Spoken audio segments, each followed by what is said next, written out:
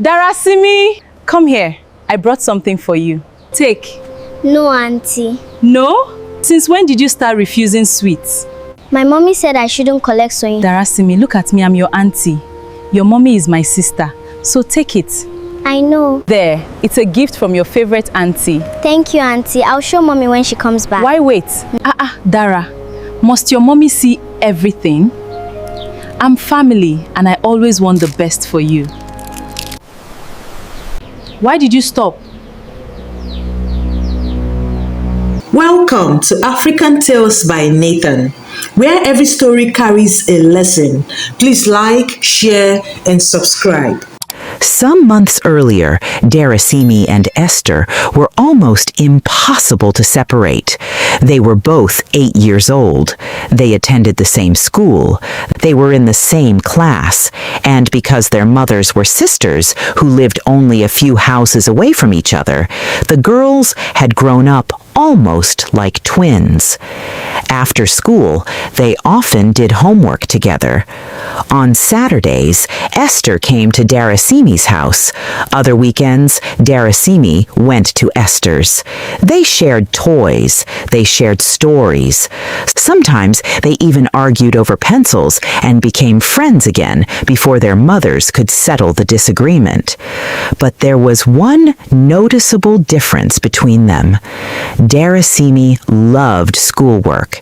She could read something once or twice and remember it. Mathematics excited her.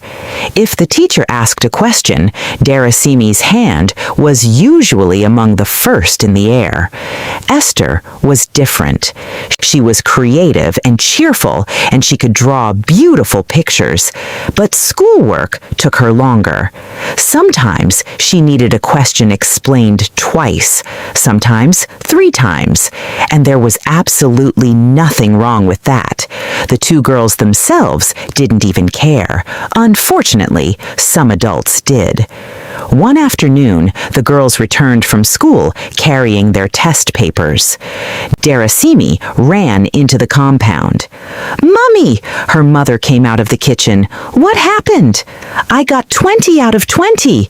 She held up her mathematics paper. Her mother smiled and hugged her. "Well done!" Esther came behind her more slowly. Mummy Esther was visiting that afternoon. She immediately asked, "Esther, where is your own?" Esther reluctantly brought out her paper. 11 out of 20. Mummy Esther's smile disappeared. 11? Esther lowered her eyes. Before anyone could say more, Darasimi rushed toward her cousin. "But Esther got the drawing question better than me. See hers." She opened Esther's book. Esther smiled again. To Darasimi, the matter was finished. But Mummy Esther kept staring at the 2 papers. That evening, one of their older relatives visited. When she heard about the test, she laughed. "Ah, Darasimi, this girl is going places, always doing well." Then she turned to Esther. "You better follow your cousin O." It was meant as a joke. Everyone moved on, everyone except Mummy Esther. The comparisons continued. Sometimes they came from teachers, sometimes relatives, sometimes neighbors who meant no harm. Darasimi came first again? Darasimi reads very well. Darasimi is such a sharp girl. Nobody said Esther was a bad child. Nobody said she would never succeed. But somehow, Mummy Esther began hearing every compliment given to Darasimi as something being taken away from Esther. And slowly, something changed inside her. One Saturday, the girls were doing homework at Esther's house. Darasimi leaned over Esther's exercise book. "No, Esther, look, you carry this number first." "Oh," Esther erased her answer. "Now I understand." "You see?" They laughed. Mummy Esther stood at the doorway watching them. Darasimi was helping her daughter. There was no pride on the little girl's face, no competition, nothing bad at all. Still, Mummy Esther felt uncomfortable. Later that night, she spoke to Esther. "Why is Darasimi always teaching you?" Esther looked confused. Because she understands maths. Can't you understand it yourself? She just explains it to me. Mummy Esther sighed. You need to start taking your book seriously. But I do. Then why is she always ahead of you? Esther had no answer. She looked down at her hands. Mummy, I try. Those 3 words should have been enough.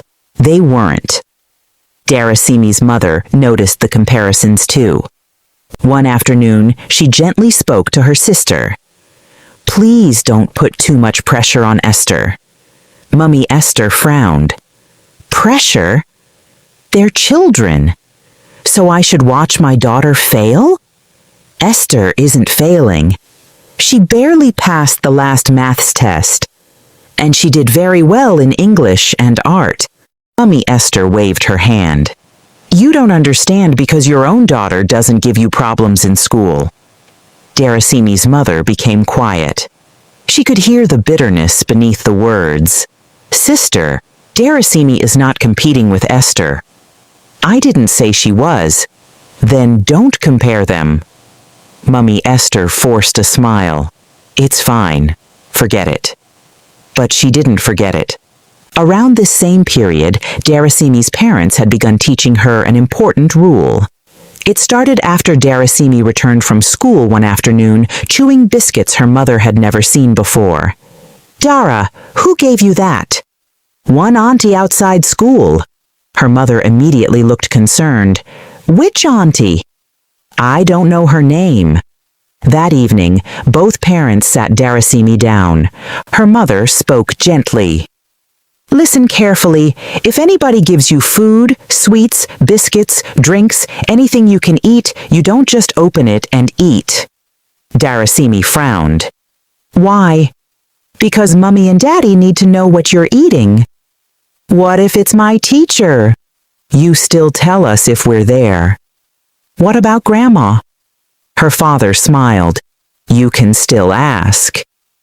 Darasimi started laughing. What about Mummy Esther? Her mother paused. Mummy Esther is my sister and she loves you. But I want you to learn one rule that is easy to remember. If Mummy or Daddy isn't there and someone gives you something, thank them, keep it, and show us first. Darasimi repeated it. Thank them, keep it, show you first. Exactly. Her mother touched her nose playfully. And if somebody says, don't tell Mummy, Darasimi thought about it. I should tell you. Immediately.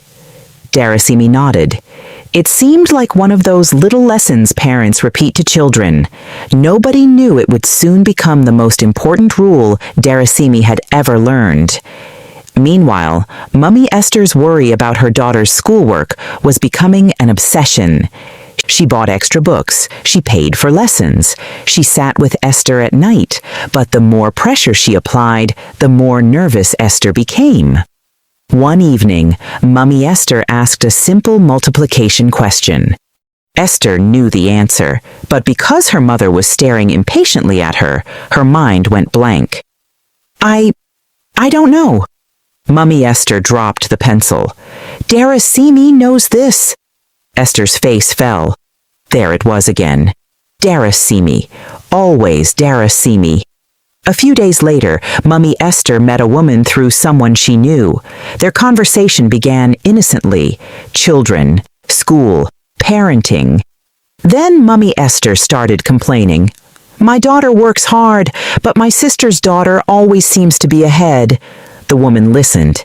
Then she said something strange. Sometimes one child's light can be made to shine while another grows dim. Mummy Esther frowned. What does that mean? The woman smiled. Forget it. But Mummy Esther did not forget it. She went back. And the next time, she asked questions. What happened during that meeting was something Mummy Esther would later struggle to explain even to herself. All that mattered was that she eventually left with one brightly wrapped lollipop inside her handbag, and one instruction: Darasimi had to be the one to eat it. Mummy Esther told herself she wasn't trying to hurt her niece. She only wanted Esther to have a chance to shine too. But somewhere inside her, she knew that was a lie. Because if your own child can only rise by pulling another child down, you are no longer helping your child. A few days later, Darasimi's mother went to buy groceries. Her father was still at work. Darasimi was outside the compound when she heard, "Darasimi!" She turned. Mummy Esther stood beside the gate. One hand was behind her back. "Come here, I brought something for you." The lollipop appeared. Darasimi refused. Mummy Esther laughed. She reminded Darasimi that she was family. Eventually, Darasimi accepted it. Then Mummy Esther insisted that she open it. Darasimi slowly removed the wrapper. "Eat it." Darasimi lifted the lollipop. Her lips parted. Mummy Esther watched. Darasimi brought it closer, then suddenly stopped. She remembered her mother's voice. "Thank them. Keep it. Show us first." Darasimi lowered her hand. "I'll wait for Mummy." Mummy Esther's face changed, only for a second. "Dara, eat it." "No, Auntie." "I said I'm your auntie." Darasimi nodded, and Mummy said I should show her. For the first time, Mummy Esther didn't know what to say. Darasimi wrapped the sweet as best as she could and carried it inside. Mummy Esther stood outside watching her leave. Her plan had failed, or so she thought. Less than an hour later, Esther came over. She found Darasimi coloring at the dining table. They played for a while before Esther noticed the lollipop. "Is that yours?" "Mummy Esther gave me." "My mummy?" "Yes." "Why haven't you eaten it?" Darasimi shrugged. "My mummy hasn't come back." Then Darasimi heard her little brother calling from another room. She dropped her crayons. "I'm coming!" She ran off. Esther remained behind. Her eyes returned to the lollipop. She picked it up. "Mummy bought Dara a sweet and didn't buy me one?" She frowned. She looked toward the doorway. "Dara?" No answer. Esther hesitated. Then, being only 8 years old and knowing nothing about the strange plan surrounding that sweet, she put it into her mouth. A moment later, Darasimi returned. She stopped. "Esther!" Esther turned. Darasimi stared at the empty stick in her hand.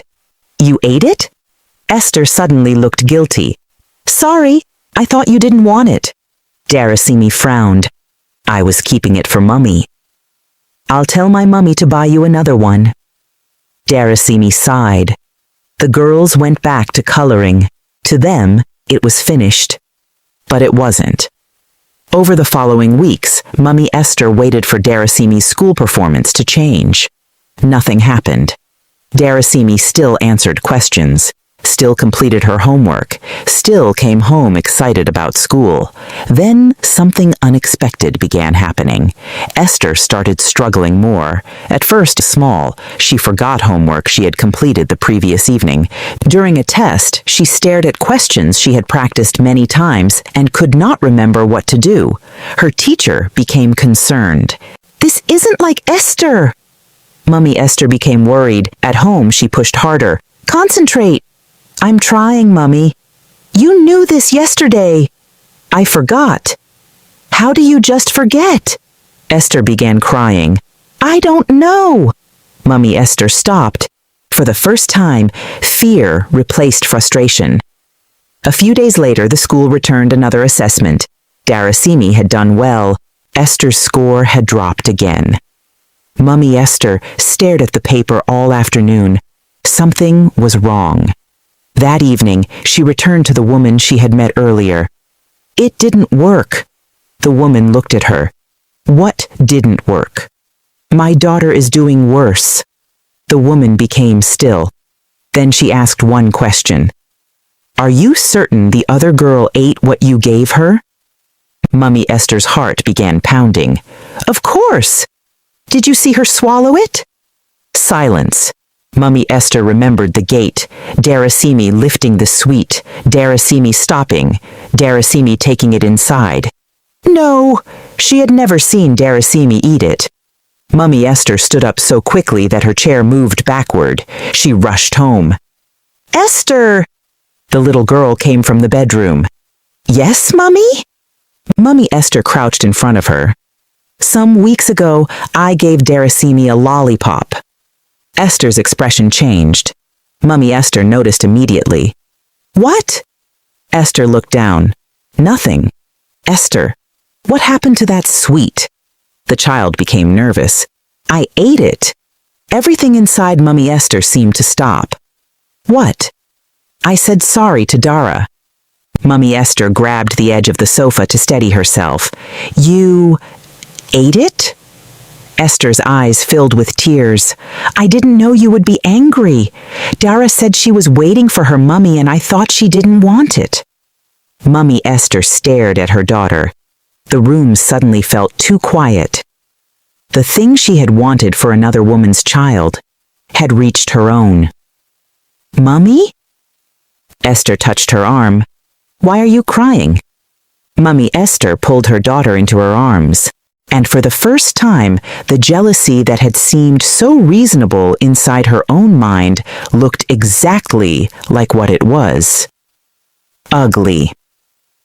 That evening, Mummy Esther rushed to her sister's house. Darasimi's father was home. The moment Darasimi's mother saw her sister's face, she knew something was wrong. What happened? Mummy Esther sat down. Her hands were shaking. Then she confessed. She told them about the comparisons, the jealousy, the woman she had met, and finally, the sweet she had deliberately given Darasimi. For several seconds, nobody spoke. Darasimi's mother simply stared at her. Then she stood up. You gave my 8-year-old daughter something because you wanted her to start doing badly in school? Mummy Esther began crying. Sister, please, don't call me that. Her voice rose. Darasimi's father quickly came closer. You are her aunt, Darasimi's mother cried. She trusts you. She enters your house. She plays with your daughter. And you used that trust against a child because people praised her? By now, the raised voices had attracted a few neighbors. Mummy Esther covered her face. I was jealous. I don't even know what came over me. Darasimi's mother pointed toward the door.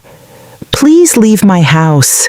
Sister, leave. Mummy Esther broke down. I am sorry. I may forgive you one day, but I don't trust you with my child anymore. That silenced everyone. Esther stood nearby, confused and heartbroken. She was only 8, and she could not understand everything the adults were saying, but she understood enough to know that her mother had done something terribly wrong. She looked at Darasimi, then at her mother. Mummy, why?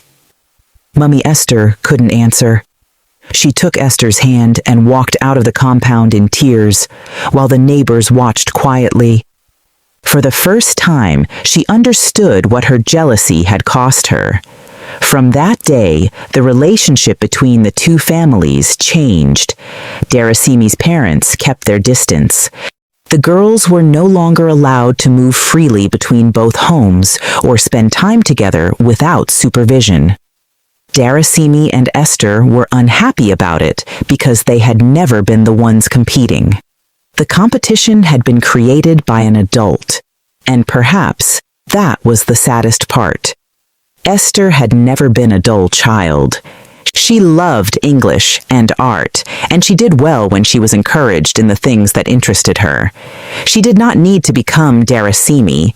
She needed a mother who would discover who Esther was and help her become the best version of herself. Mummy Esther eventually understood that, but by then she had damaged her sister's trust, separated two little girls who loved each other, and almost harmed her own daughter while trying to pull another woman's child down. down. She left with shame and regret, and Darasimi's parents were left with one powerful reminder. Sometimes the little instructions we repeatedly give our children can protect them in moments when we are not there to protect them ourselves. Parents, teach your children not to immediately eat or drink something simply because someone gives it to them. It doesn't matter whether the person is a stranger, neighbor, family friend, or relative. Teach them a simple rule. Thank them, keep it, show mommy or daddy first. This does not mean teaching children to fear everybody. It means teaching them that they are allowed to pause and check with their parents before putting something in their bodies. And adults, please respect that boundary. Never tell a child, "Don't you trust me?" just because that child wants to consult a parent first. There's another lesson in Esther's story. Stop comparing children. Esther was never dull. Darasimi simply performed better in some areas, while Esther naturally loved English and arts. Instead of asking, "Why can't you be like that child?" find out where your own child's strengths are. Encourage them, guide them, help them improve where they struggle. Another child's success does not reduce your child's future. Mommy Esther learned that lesson in the most painful way. Thank you so much for watching this beautiful story, besties. Have you taught your children not to immediately eat or drink something given to them without showing you first, even when it comes from someone they know? Tell us respectfully in the comments. Your answer might even help another parent watching this story. If this story gave you something to think about, please like, share, and subscribe to African Tales by Nathan. Until next time, remember, you may not always be there when your child has to make a choice. So teach them today what you want them to remember when you're not there. Bye, besties.